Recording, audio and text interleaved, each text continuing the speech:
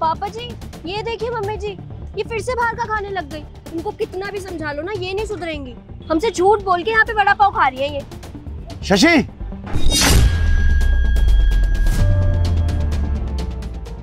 क्या चल रहा है? हाँ, तुम्हें शर्म नहीं आती है? जहां भी खाने को देखती हो वहीं शुरू हो जाती हो। कितनी बार मना किया ना ये सब नहीं खाना है। तुम्हारे ऊपर कोई बात का असर नहीं आ रही, एक बात नहीं सुनती तुम्हारी। बिल्कुल नहीं खाओगी ये, रखो इसको और चलो घर। इतने दिनों बाद थोड़ा सा खा रही हूँ मैं, इसमें भी आपको प्रॉब्लम है? मम्मी जी कब सुधरेंगे आप? घर में जो बोलते हो मैं आपको बना के खिलाती हूँ ना, फिर भी आपको ये सब खाना है। बहू बिल्कुल सही कह रही है, तो बिल्कुल शर्म नहीं है, कोई लिहाज नहीं है। भरी सड़क में तुम ऐसी बातें कर रही हो, हमारी बेइज्जती करवा रही हो।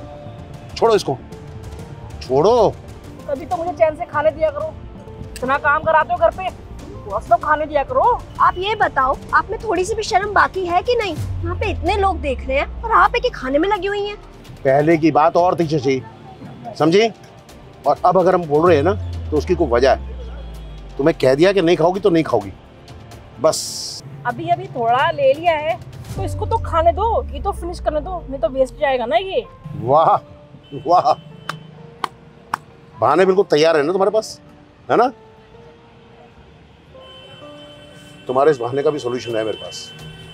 भैया इसे आप कूड़ेदान में मत फेंकिएगा, खाने की चीज है, इसे चारे में डलवा देना। थोड़ा सा छोड़ो, हो गया ना तुम्हारी समस्या का समाधान। चलो घर, घर चलो। चटोरी कभी नहीं सुधरने वाली। मम्मी जी ध्यान रखिए थोड़ा आप अपना।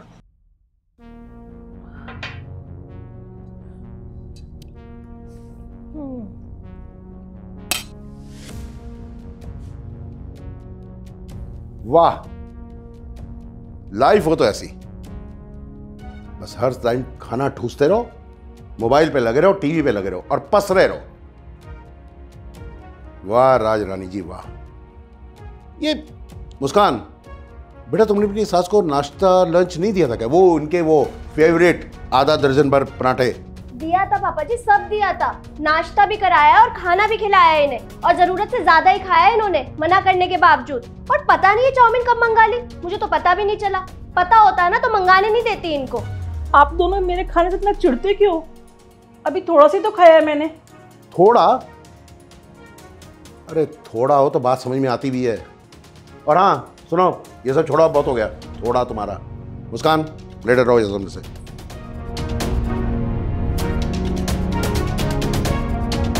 शाम को मेरे कुछ बिजनेस के फ्रेंड्स आने वाले हैं, समझ गई?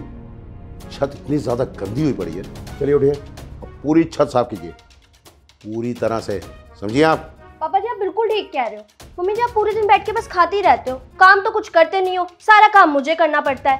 आप जाइए छत साफ करके आइए, वैसे भी आपने सुबह से कुछ नहीं किया। बहू के होते हुए घर का काम अब मैं करूंगी? मैं छत साफ करने जाऊंगी इस उम्र में? तो ये जो रात दिन लगी रहती है तुम्हारे फेवरेट खाने बनाने में, तुम्हारी और सेवा करने में, ये कम है क्या?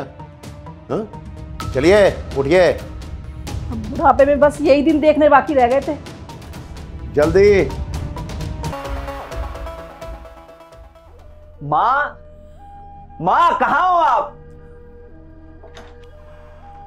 ये देखो आप यहाँ बैठी हो, मैंने आपको पूरे घर में ढूंढ लिया। माँ आप रो क्यों नहीं है? क्या बात हो गई है? बताएं तो सही मुझे। बेटा तेरे पापा और तेरी बहू ने ना मेरा जीना हराम कर रखा है। इतना बोलते हैं मुझे, इतना बोलते हैं। अब ये उम्र क्या मेरे काम करने की है? इतना सताते हैं मुझे, बोलते हैं, टोकते रहते हैं। दिन भर काम कराते हैं और खाने बैठ जाऊं तो खाना भी नहीं खाने देते हैं। पापा और मुस्कान तो आपका हमेशा से ख्याल रखते हुए आ रहे हैं, अचानक ऐसा व्यवहार, वो भी आपके साथ। वो लोग ऐसा कैसे कर सकते हैं? मेरे को तो कुछ समझ में ही नहीं आ रहा। वही तो मैं सोच रही हूँ, वो हमेशा मेरा इतना ख्याल रखते थे, अब अचानक इतना उनमें परिवर्तन कैसे आ गया, मुझे भी समझ में नहीं आ रहा। चलो एक बार को बहू को तो मैं सोच भी लूं, किसी के भड़कावे में कैसे कर रही है, लेकिन वो तो मेरे पति है, इतने प्यार करते थे और अब वो ऐसे करते, तो मुझे भी समझ में नहीं आ रहा किसके बहकावे में वो ऐसे कर रहे हैं। अरे अगर मेरी माँ ही उदास रहेगी, निराश रहेंगी, तो हमारा परिवार चलेगा कैसे? हमारा परिवार तो टूट जाएगा ना। अरे मेरी माँ ने हमेशा से अपने परिवार का ख्याल रखा है, तो आज ये लोग ऐसा करेंगे मेरी माँ के साथ? आप चिंता ना करें माँ, मैं बात करूंगा पापा से। नहीं नहीं बेटा, उनसे बात मत करियो। आजकल वो बहुत गुस्से में रहते हैं, बहुत डांटते हैं, मुझे भी उनसे बहुत डर लगता है बेटा। माँ आप उनके गुस्से की चिंता ना करें, मैं हूं ना, मैं देख लूंगा सब कुछ। अरे ऐसे कैसे गुस्सा करेंगे? मैं अपने परिवार को टूटते हुए नहीं देख सकता हूँ, मैं बचाऊंगा अपने परिवार को। अगर ऐसा ही चलता रहा तो हमारा तो परिवार ही टूट जाएगा। आप एक काम करें, आप मेरे साथ चलें, पापा से बात करेंगे। आओ आओ। पापा पापा, क्या हो रहा है सब कुछ? क्या चल रहा है? क्या बात है? ये क्या तरीका बात करने का? अरे आप बात करते हैं, क्या हो गया है? चल क्या रहा है घर में? आपने मेरी माँ को नौकरानी बना दिया इस घर की। मेरी माँ ने इस घर के लिए क्या कुछ नहीं किया, और आपने तो मेरी माँ का ख्याल रखना ही बंद कर दिया है।